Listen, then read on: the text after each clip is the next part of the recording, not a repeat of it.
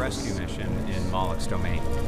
The Resistance planned to sabotage a barbaric ritual, the Ceremony of Fire.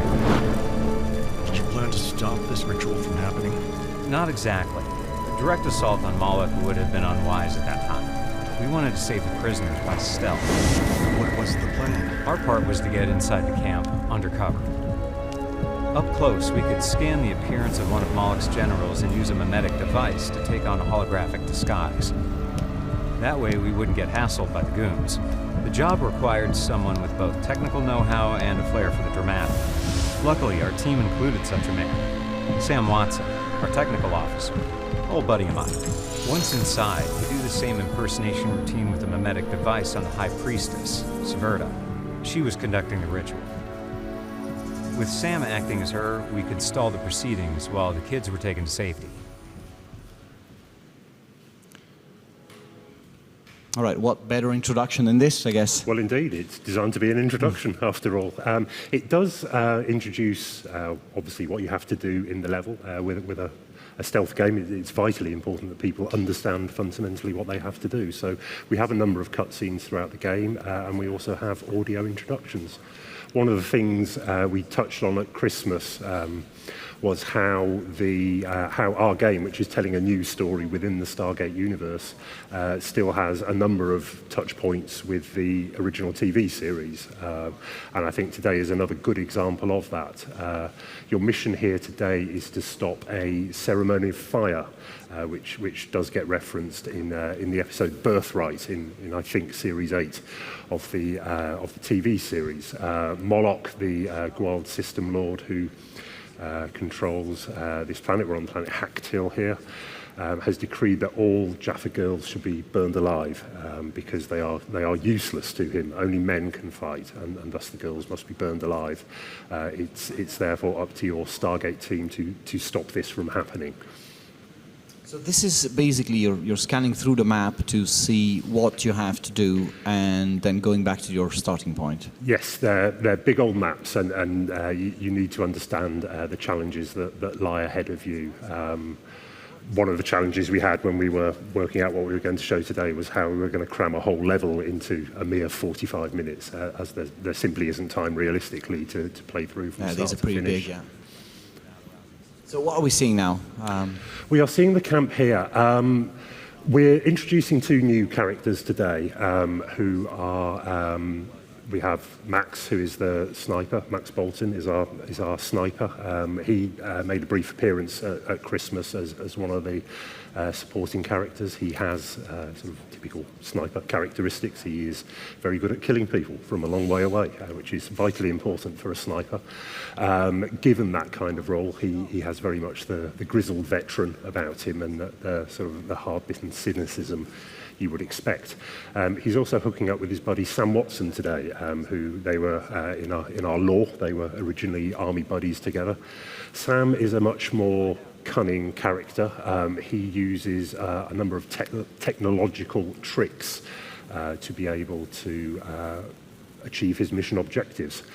What we are seeing today is Sam and Max, great names indeed for gaming characters. They have something of a wisecracking relationship from time to time, and having assessed all the options, they can only come up with something ridiculous. So the plan is that Sam is going to try and get into this small encampment over here. There is a Jaffa general who is in the camp. It will be up to Sam to incapacitate that general and then use his mimetic scanner so that he can take on the appearance of a Jaffa general. This will fool most of the foot soldiers around the map. The Jaffa warriors and the general grunts will be fooled by this. However, the Jaffa generals themselves are not, for the most part, quite so stupid. So they will still spot you. But it's the only way they can find into the camp. So Sam needs to get up there. He needs to incapacitate the general and scan him so he can proceed into the camp. Come on, Annie. Come on. Let's see the magic. So as you can see, you can control more than one character simultaneously. We didn't show any of that last time. I think this map shows again well the importance of having two characters who work together, but will also need to occasionally fulfill their own individual objectives. All right. What's happening here is... It's got a classic sort of stealth mechanics here with a view cone where you can be seen. The solid part of the view cone and the broken part of the view cone is you can hide in bushes and so on and so forth. Unfortunately, Annie, this is a live broadcast, as you can see, has alerted someone. So, yeah, she needs to find a brute force solution to this problem, I think, because which brings the question, I guess. Oh, Annie. Oh, come on, Annie. So it brings a question, is, how many different ways of going through a scenario are there? There's always going to be a choice of ways to approach any given mission. Almost all missions, there are a few exceptions, but almost all missions you will have a small core of characters you have to select every time. There will also be one or two optional characters you will need to select every time. We haven't met all of those yet, so we can't break down exactly how that works. But there's each character will be bringing a range of skills, so the characters you choose will define how you go about the mission. When we were preparing this broadcast, the developers sent me a walkthrough video, and it was very different to the way I myself have approached this level. I was genuinely taken aback by, oh, okay, so you can do it that way. I adopted a rather sort of more brute force, clumsy approach and slower moving through. But also you can choose to sort of sneak through very slowly individually. You can move your team around as a close-knit unit. The team will always need to work together, but how that manifests itself can be very different depending on the situation. So, yeah, there's always more than one way to solve any given problem. I guess you go through the list of tasks within the map, and that how you achieve these tasks is entirely up to you. Your objectives are quite high level. You've got to in this mission you will have to disguise as a Jaffa general. You will use that to reach the priestess who is going to conduct the ceremony. You will then knock her out, impersonate the priestess. You will conduct that ritual yourself whilst dressed as a priestess, and hopefully distracting the bad guys, as it were, so you can save the children. Those are your top level objectives. How you go about that, it really is up to you. There are a few Easter eggs tucked away in there, a few little tricks, depending on what character you have. So there's many ways to approach a mission. The broad objectives are, of course, always the same. One thing that we were sort of looking at was we have to be careful in not spoiling too much of the story, because this is a very very much of a narrative game, so you don't want to say so much about the story. Indeed. So we picked this scenario for a reason. Why was it that this specific scenario is because it shows enough of the game, and then we felt that it showed the game well. It's an environment that we haven't showed before. It's, as you can see, a nighttime setting this time around. It showcased new characters. It's a chronological progression from what we've shown before as well. As we touched on briefly last time, the chronology of the game moves around quite a lot. This is a chronological progression from what we have seen before. It's always been a nice looking level. You will recall from early presentations we've done internally, this was kind of one of the first levels we had that looked good. So it's always been a strong contender. All right, so Annie did something different now. She's gone through this cliff. Annie has kind of zoomed in here. There's a cliff outpost overlooking where you need to be. There's a lot of bad guys out there. So we have sent Max up ahead here to take care of the couple of troops who are manning the overlook. And Max has done what Max does best, silently sneaking up to people. I was distracted, so I don't know whether these people remain alive or not. I think so. They are tied up. Okay. But one other thing comes to mind is, how hard is going to be, the final game going to be? Is it hard game? For we got a lot of Stargate fans out there who are, looking for just some, genuine entertainment, right? For me, I would say it's the biggest challenge in getting the game completed. The number one thing in my in tray, as it were, balancing the challenge of a stealth game to offer the level of complexity and difficulty that people who enjoy these games want to play, and offering a challenge for those players, but also allowing people who want to engage with the game very casually and just explore a new Stargate story and almost approach it from a narrative point of view. As the game is large, there's a lot of story to be told. I've been through it line by line. There's an awful lot. Yeah. So we really do want to make the game accessible for both of those groups of people. It's absolutely the number one thing I want to achieve. It's the first time, I think, in the Slytherin history where we almost get, attached to single characters, right? It's like, we're used to talk about different types of games, and this one is more about the story, the characters, and it's the first time we've got a heavily narrative-driven game. It's very narrative-driven, yes. As I just said, there's an awful lot of story there. MGM have been very involved in the approvals process. They've been through every line and vetted it, and that they were obviously insisting that it meets the standards that we would expect from a well-respected property like Stargate. We are telling, a long story here. We feel it's a good one with a lot of twists and turns, which of course we don't want to reveal. But there's no point in telling that deep, involving story if people have to give up halfway through because they're stuck on a mountain ridge or in a Mayan temple or what have you. Sam is doing a good job there or not? Sam's doing very well indeed. He's crouching in the bushes. We can see a civilian there. Civilians, unless they see something explicitly bad going wrong, they'll just leave you. What happened there? That's the Zat gun, the stun gun, which Sam carries. So that will briefly stun a Jaffa general, which is your window of opportunity to get up behind him. And now he's nicely tied up. Get that mimetic scanner going, and there we go. You can see that Sam in the bottom left-hand corner now, his avatar in the bottom left-hand corner is now in disguise. The figure in the playfield as well is now in disguise. So you see these guys now, they're chill. Yeah, that's really good. Good job, Annie. Smoothly done. There is a meeting of soldiers just hanging around, nattling to each other, here. not doing very much. How bold the guy is now. Yeah. You need some nerve to be crawling around in a camp, certainly. Annie is zooming in here to another Jaffa general. You are in disguise, so you will see the eye icon above the Jaffa general's head. Essentially, that means he is not fooled by your disguise. Normal rules still apply, so you can crawl through the broken part of his view cone, but if you're in the solid part of his view cone, he's going to spot you.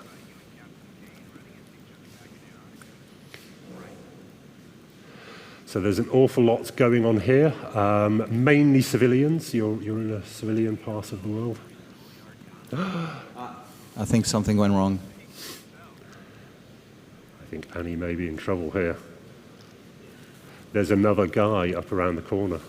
I think something went wrong. I think he may have spotted you, the other fellow. Annie. Well, that's good. It's good. We're live. So basically, how does that? So basically, once you complete one objective, you can restart from that objective.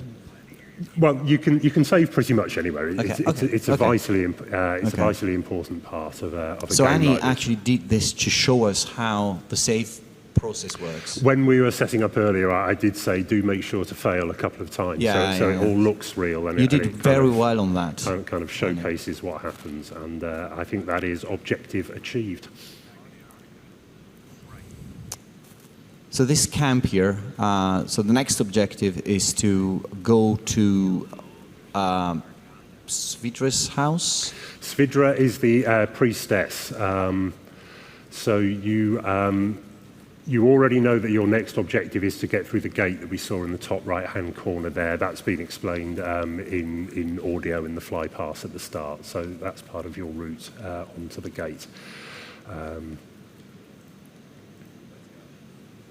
So what is Max doing all this time? Max is, well, as Sam would put it, he's essentially loafing around, but there Max is over there, keeping an eye out on things. He will be there to clear the way for Sam when he comes through. So I can see that on the bottom right-hand corner, you see the map and what the screen is looking at the moment, and it does look pretty big. It really is very big indeed.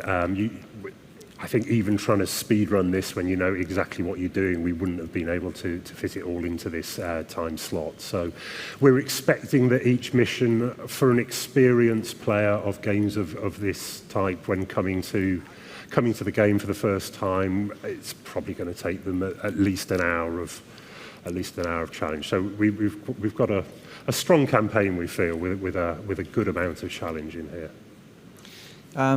Whilst Annie's trying to sort herself out there, when is the game going beta? So the game is more or less feature complete at this point. Everything that needs to be in there is in there, with the exception of a good amount of the VO. The VO has been going in over the last couple of months. The VO also dictates a lot of the tutorial elements of the game. All right, yeah. So we're about a month away from having all that complete. At that point, I imagine we will look at it internally and kind of see what we think about it. But I would hope that we will be in a position to beta this at some stage in the summer. It's coming relatively soon. Not too far away. I really don't think it's too far away. We know that July is a big anniversary for SG-1, is it? July is, I am quite frightened to remember 25 years, I think, from SG-1. I can well remember watching it on television when it was a new thing, and suddenly that's 25 years ago. So yes, July is indeed a big date in the Stargate calendar, so it would be lovely to have something ready for then, but of course we need to make sure that it's ready for public consumption. I think something bad happened again. Yes, I think Annie got a bit casual there. I think one of the cool things I see about this game is that, I mean, for the first time I can see it. Come on, Annie. Come on, Annie. Come on, Annie. I think you should be popping out this tent, guns blazing, and killing everyone. You're not going to get very far by guns blazing. That's. There are elements of violence you will always need to use. There are elements of stealth you will always need to use. How exactly you will go about that will always be a part of the challenge. We can see there that obviously a guard is alerted by seeing not just you, but by seeing a body on the floor there. So what happened there now?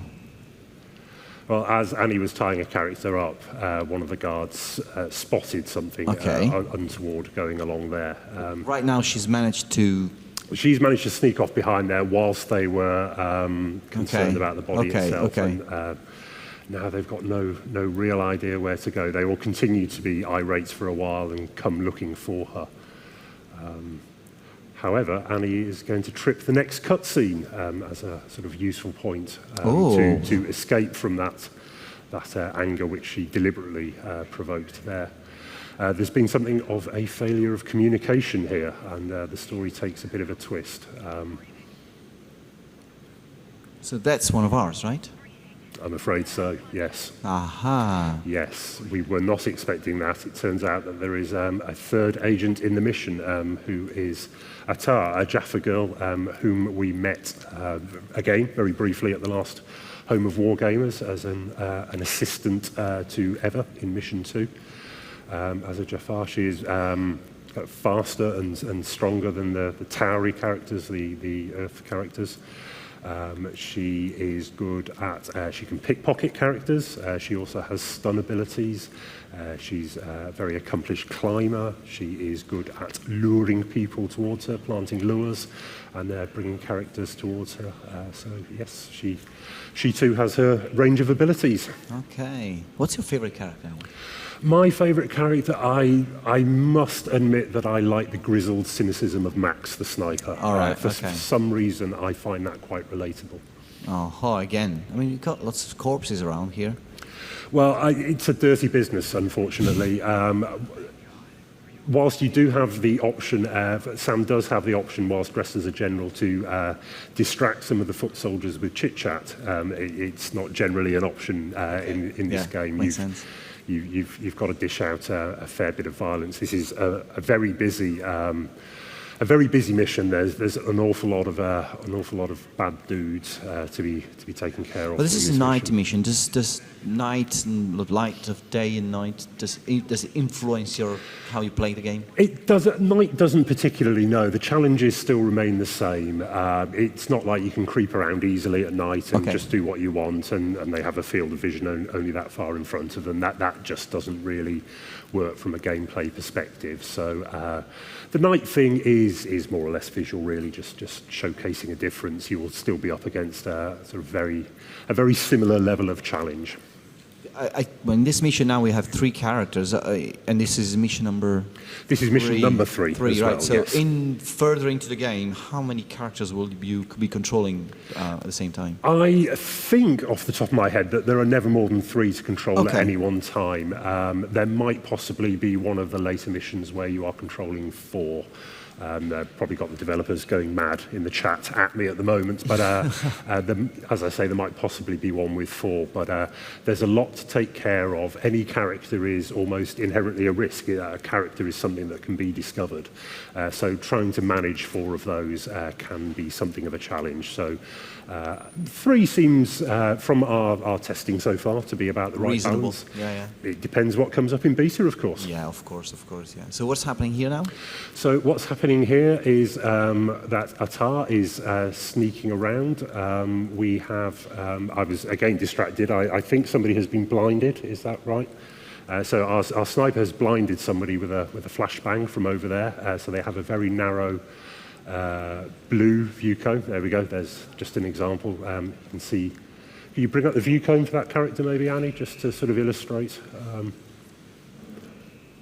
There you go. Well, he's recovered now by the time I thought to ask. But you can. The sniper has an ability not just to shoot people where you will leave a corpse that will be discovered if you can't get to it, but he can fire a flashbang that will severely limit a guard's view cone for a few crucial seconds, so allowing you to get past. And obviously they'll be on a state of high alert once they recover their vision. All right. So there are a number of new skills in play, which I thinking back, I can't just remember. take a look at the UI there, whilst we take a look at the scene. So the UI, you've got like on the left-hand side, you've got a list of characters you've got available. Selecting one of the characters will open their available kits or abilities. Yes. You will all, it's very clear to see who you're controlling. You have the tab of 3 characters on the left-hand side. They all have a signature colour. Okay. One of the peculiarities of Slytherin is that we only hire colourblind producers. It's company policy, seemingly. So we always make sure that even for colourblind people, this works well. So each has their signature colour, so almost immediately you know who you're controlling. You have a big avatar in the bottom left-hand corner, which shows you not just the character you're controlling, but what state they're in, whether they're crouching. You can see when Max is holding his gun. You can see when they're carrying a body. We saw Sam earlier, who was in disguise, for example. You could see what he was disguised as. So you always know what your characters are doing. Your skills are in the bottom left-hand corner. They're just mapped to a number of numbers. Each character has unique abilities. It's not like everybody can stun and everybody can scan people's memories and so on and so forth. So yes, every character has their advantages and disadvantages. I think I really always loved the scenario art, but also starting to I'm pleased to see that all the animations and such are really shaping up to be, pretty high standard now. I've been really pleased with the progress we've made, particularly on animation recently. We've made sort of huge strides on that, and even in the last few days, as we've desperately got ready for this. It was all easy when we received this build. Like 20 minutes before the going live? Much more than 20 minutes. We received it in time. We downloaded it, and it was all. But we had like a number of B plans anyway, B and C and D plans. Always. So. It was the first thing I learned, probably also about 25 years ago, is always have a plan B in this business. So, especially if you're playing Stargate. So absolutely, a lot will go wrong. That is the nature of the game. So you have to learn to manage that. A lot of stealth games are always in your face and telling you to save every 30 seconds and so on. And we've chosen not to do that so far. We didn't particularly like the way it worked. Again, we'll have to see how that goes in beta and see what the community think of that, whether it's something they would prefer to see more up front or not. So that's definitely something I'm looking forward to community feedback on. I think the other thing, I was looking at the different scenarios we've got, and there's a lot of variety as well. It's not like, showing this doesn't give you a full idea of the game, because the game has so many different situations, varieties of landscapes and scenarios. It's crazy, right? It really, everything is different. Everyone is completely different. We could do 14, 15 of these Home of Wargamer events and showcase something different every time. Everything is completely different, but it doesn't feel like it's different for the sake of it. Each different landscape brings different challenges. It advances the story in a sensible fashion. Bear in mind also the time loop mechanism on which we touched briefly in December. You'll be able to go back and replay previous missions anyway, so it's not enough to have a small variation of level artwork style, because you're already able to go back and replay those levels with new technologies and with new knowledge to get a new challenge out of those anyway. So the variety in landscapes, it really is fantastic. I think it's one of the strongest features of the game. Yeah, I think most of these games have this, repeat scheme, right? There's this types of games of a setting, and almost the setting is dictating the landscapes, the scenarios, the characters, and so on.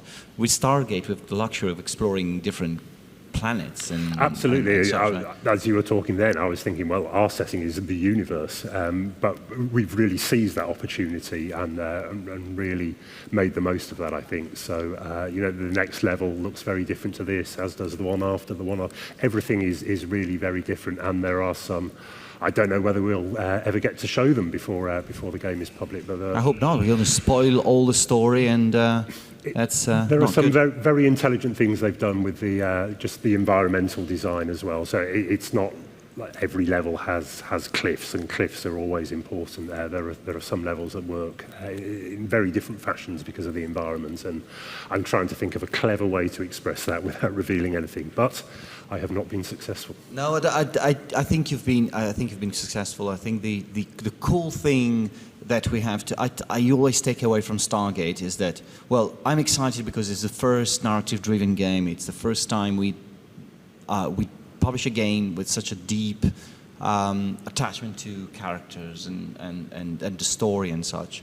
And I think this is really delivering on the Stargate idea. Stargate is a narrative-driven universe. I've been very taken aback by the depth of affection that people hold Stargate in, and how much it means to so many people, not just in the fan community, but also at MGM and now at Amazon as well. There's a lot of love for Stargate internally. People are very keen that we make the best game that we can to do justice to the Stargate community. So it's a big challenge, a big responsibility. But, But talking about MGM, we've got I got a video message from a friend of ours at MGM. Yes, we're gonna play that, and we'll be right back. Hello, my name is Matt Group, and I'm the Director of Production for Interactive Games here at MGM. We could not be more excited to be telling a new story with original characters set in the SG-1 universe through Stargate Timekeepers. It truly has been a pleasure working with the team to bring this exciting new title to life. Today is a special day where you'll be able to see new details about the game. We really hope you enjoy it.